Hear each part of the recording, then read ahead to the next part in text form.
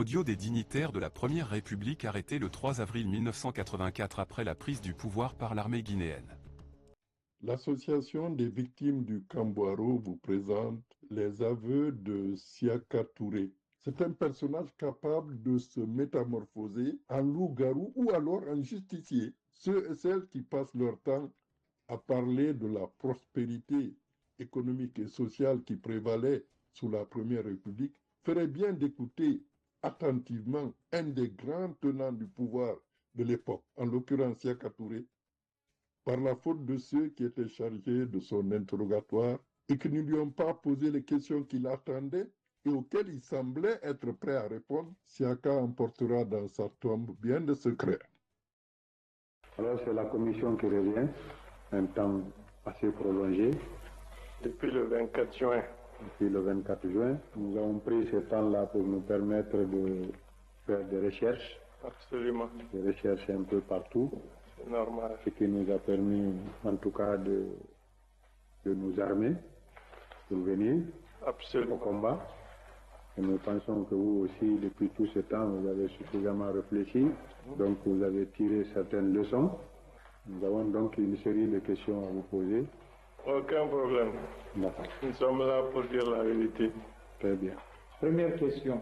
Vous êtes en détention il y a 9 mois. Oui. Livrez-nous vos réflexions. Mes impressions sont bonnes dans l'ensemble. Je dois dire tout de suite que grâce à Dieu et grâce à son intervention discrète, déjà je me porte bien. Vous savez, quand je venais ici, je marchais sur des béquilles. Mon état aurait pu s'aggraver. Mais grâce à lui et grâce à Dieu, je marche aujourd'hui sans béquille. Parce que l'esprit du comité militaire de redressement national a prévalu dans la maison centrale, c'est-à-dire que nous avions droit au respect, c'est-à-dire qu'on devait être bien traité. Ce fut le cas. Je peux vous livrer peut-être un petit secret. Lorsque j'ai été reçu par le comité militaire le mardi matin à Alpha Yaya, et c'est le colonel Conté qui m'a dit, bon, vous devez retourner à la maison. Il a demandé à ce que ma garde soit renforcée jusqu'à ce que je retourne au Maroc pour continuer le traitement. J'ai donc été arrêté le mercredi.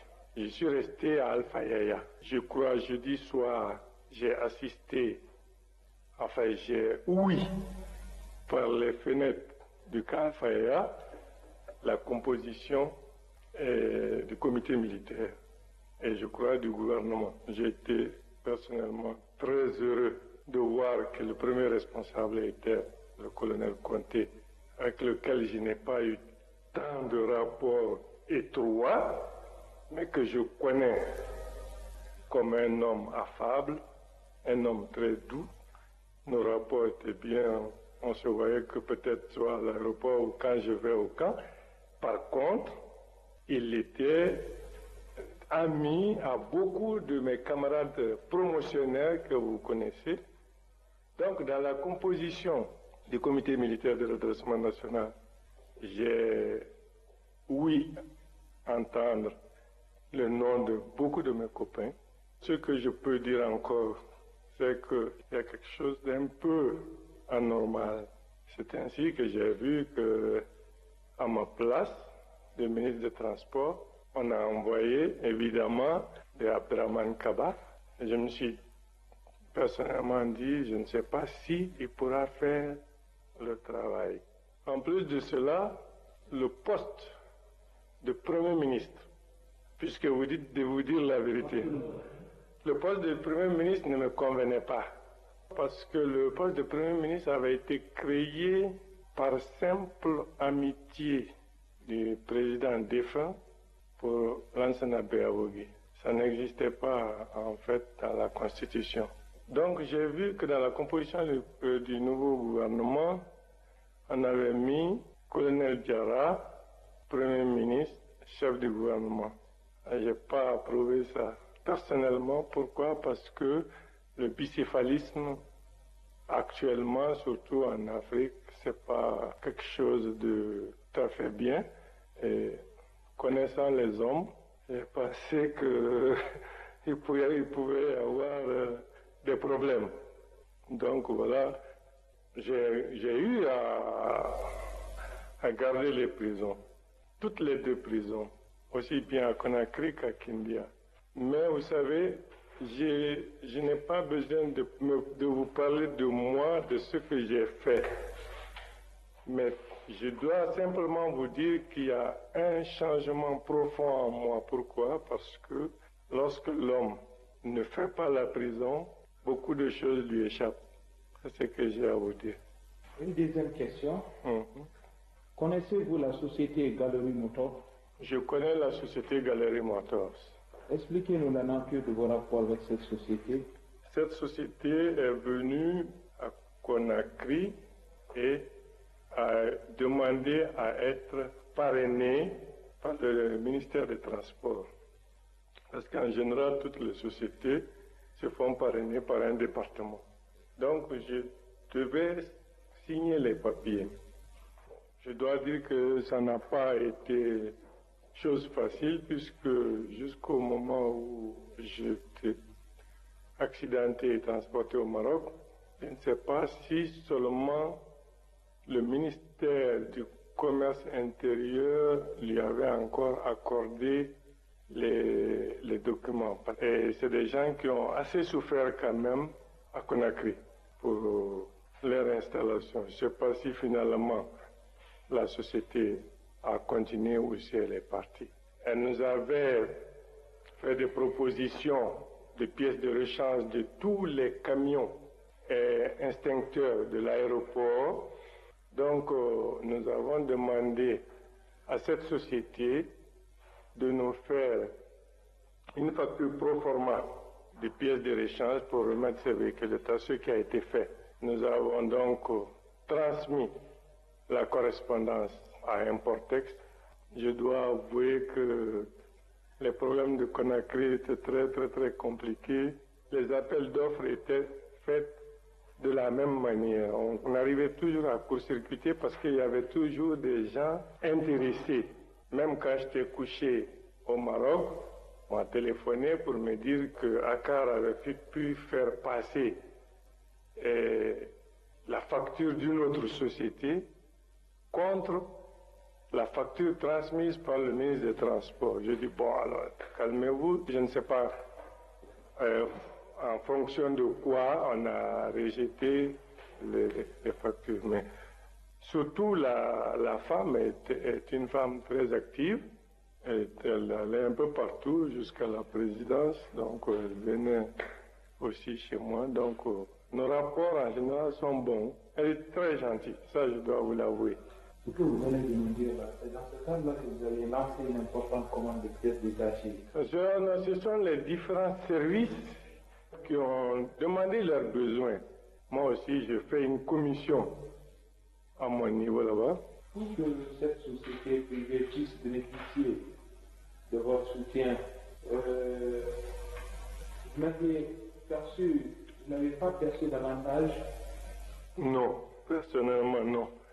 Je vais vous livrer un autre petit secret. Vous pouvez demander dans mon département. Et il y en a qui m'en voulaient même parce qu'ils pensaient que j'étais naturellement allergique aux blancs.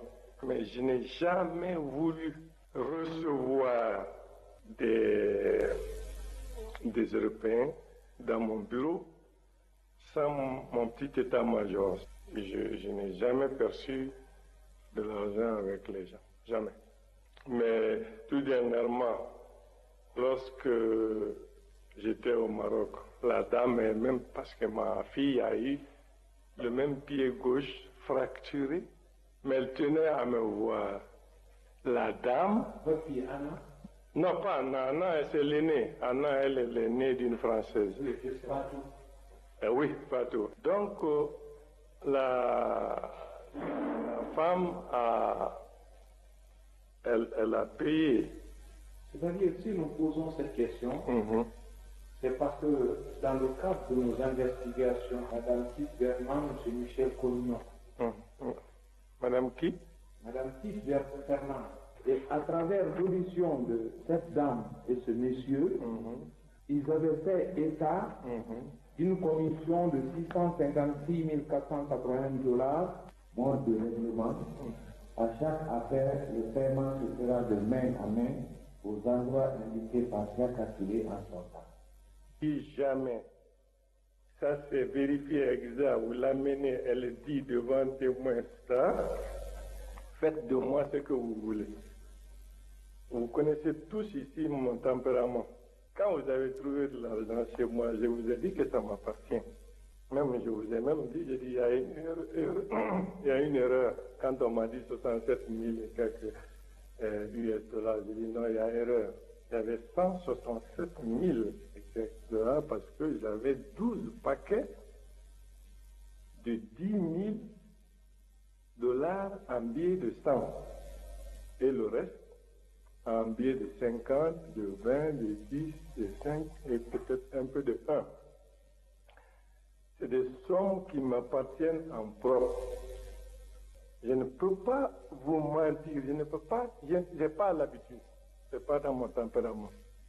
Ils ont eu à dire dans le même rapport que pendant votre séjour au Maroc, le même couple vous a remis 4 000 $ représentant la commission sur les commandes de pièces détachées de quota. Qu'avez-vous à dire sur ce point-là? Je vous jure sur mon honneur que je vous dis que ils sont venus me rendre visite. Ils ont logé à l'hôtel. Peut-être que toutes ces dépenses-là, ils considèrent que c'est des commissions.